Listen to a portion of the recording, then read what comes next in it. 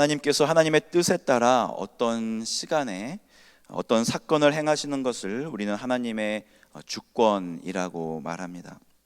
그 주권은 우리에게도 예외는 아닙니다.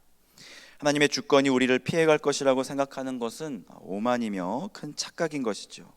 하나님이 우리를 사랑하셔서 자유의지를 주셨지만 이 자유의지로 하나님을 대적한다거나 하나님의 주권을 꺾을 수 있다 이렇게 생각해서는 안 됩니다.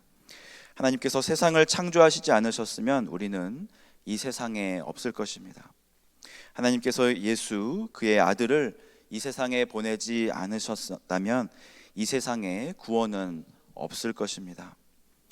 하나님은 사람을 창조하셨으며 사람을 구원하셨습니다. 그리고 하나님은 사람을 사랑하십니다. 하나님이 오늘 우리를 구별해서 세우신 것은 우리에게 어떤 자격이 있어서가 아니죠.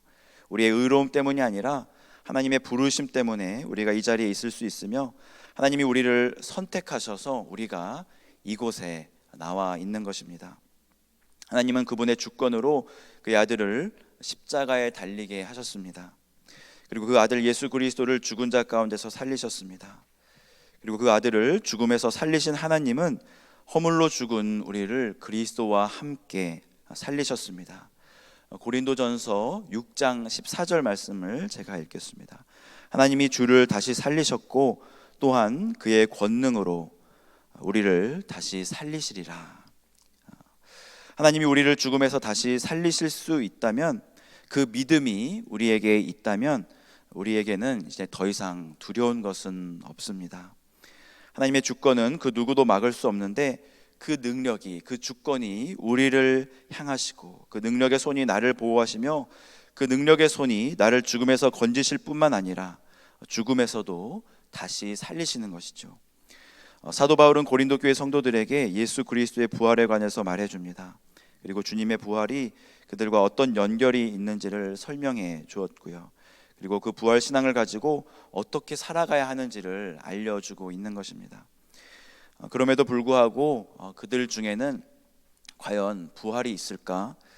정말 부활이 가능한가? 이렇게 염려하는 자들도 있었습니다.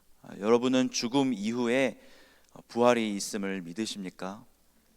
오늘 29절 말씀 함께 읽겠습니다. 만일 죽은 자들이 도무지 다시 살아나지 못하면 죽은 자들을 위하여 세례를 받는 자들이 무엇을 하겠느냐? 어찌하여 그들을 위하여 세례를 받느냐?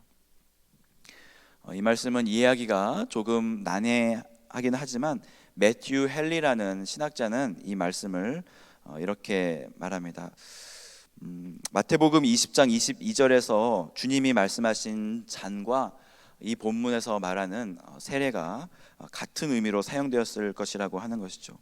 주님은 제자들에게 내가 마시려는 잔을 너희도 마실 수 있느냐 이렇게 물어보셨고, 제자들은 주님이 마시는 잔을 나도 마실 수 있습니다 라고 말하였습니다. 하지만 제자들은 주님의 고난에 함께 할 수 없었습니다. 우리에게 부활이 없다면, 우리가 다시 살지 못한다면 예수 그리스도를 믿는 신앙과 세례와 또 주님을 위해 당하는 모든 고난과 핍박이 무슨 의미가 있는가? 사도 바울은 그들에게 이렇게 반문하는 것입니다. 사도 바울에게 있어서 부활은 신앙의 한 축이었습니다. 중요한 축이었죠. 있어도 되고 없어도 되는 그런 신앙이 아니라 부활 신앙이 없이는 제대로 된 신앙 생활을 할 수 없다 이렇게 말하는 것입니다. 조금 더 강하게 말하면 부활의 신앙이 없으면 이거는 신앙이 아니고요. 부활의 신앙이 있어야 신앙인데 이 부활 신앙은 우리로 하여금 하나님의 주권을 바라보게 하는 것입니다. 30절, 31절 말씀 함께 보시겠습니다. 또 어찌하여 우리가 언제나 위험을 무릅쓰리요?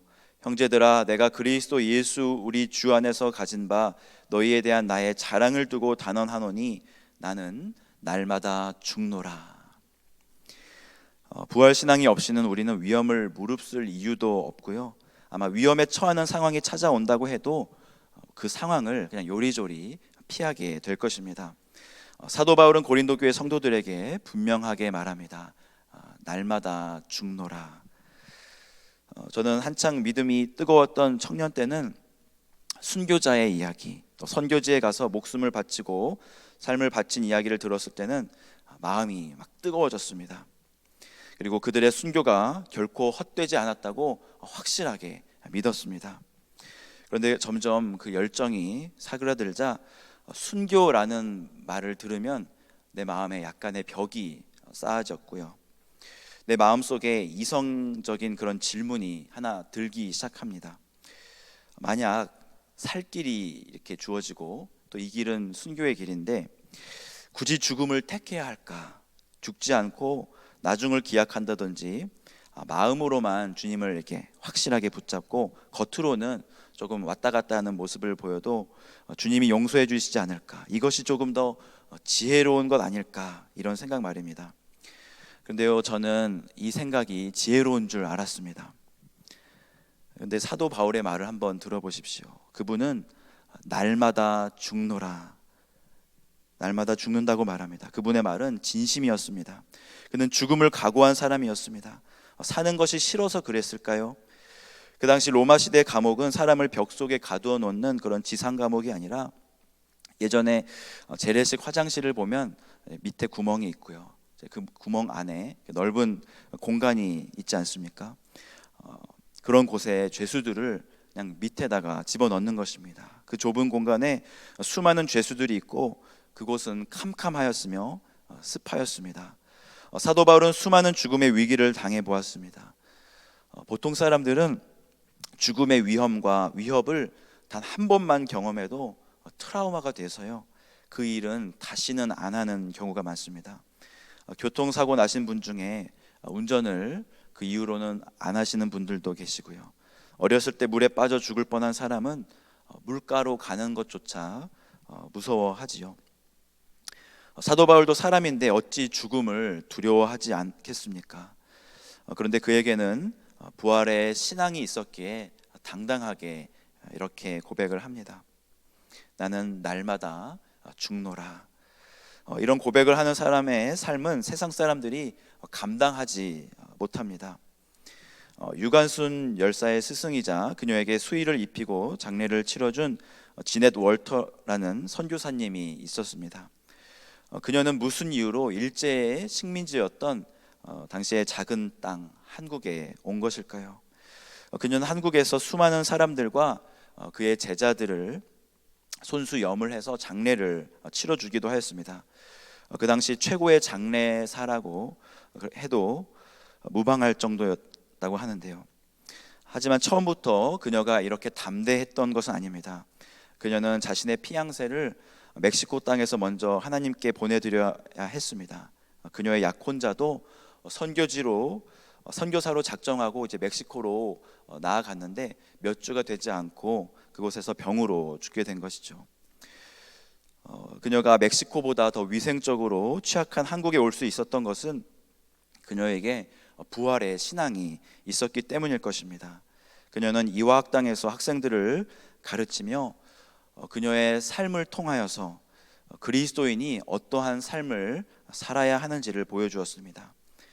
1919년 3월 1일 이화학당에 있는 여학생들은 선생님들의 만류에도 불구하고 밖으로 나아가서 대한독립 만세를 외쳤습니다.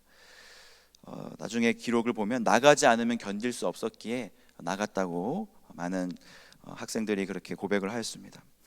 그들은 만세를 외쳤고요. 그리고 그들은 순순히 붙잡혔습니다. 왜냐하면 당연히 해야 할 일을 하였기 때문이라 생각하였기 때문이었고요. 조사받으면서 또 고문받으며 수치당하고 조롱을 당해도 단 한 명도 굽신된 사람은 없었으며 죽으면 죽었지 그녀들의 절개를 지켰습니다. 진정한 기독교인은 민족의 아이덴티티까지도 뛰어넘습니다. 사도 바울은 유대인이었지만 이방인들에게 복음을 전하는 일을 위해 그의 목숨을 겁니다. 그는 우리에게 도전합니다. 속지 말라. 악한 동무들은 선한 행실을 더럽히나니 깨어 의를 행하고 죄를 짓지 말라 말합니다. 우리는 무엇을 위해 오늘 살고 있습니까? 악한 자들은 오늘도 우리를 더럽히려고 조롱하고 협박하고 겁을 줍니다. 하지만 권능의 하나님이 우리와 함께 하십니다. 우리를 죽음에서 능히 살리실 하나님을 믿고 선한 싸움 하시며 날마다 내가 죽노라 고백하며 주님과 함께 승리하시기를 주님의 이름으로 축복합니다. 시간 말씀을 놓고 함께 기도하기를 원합니다.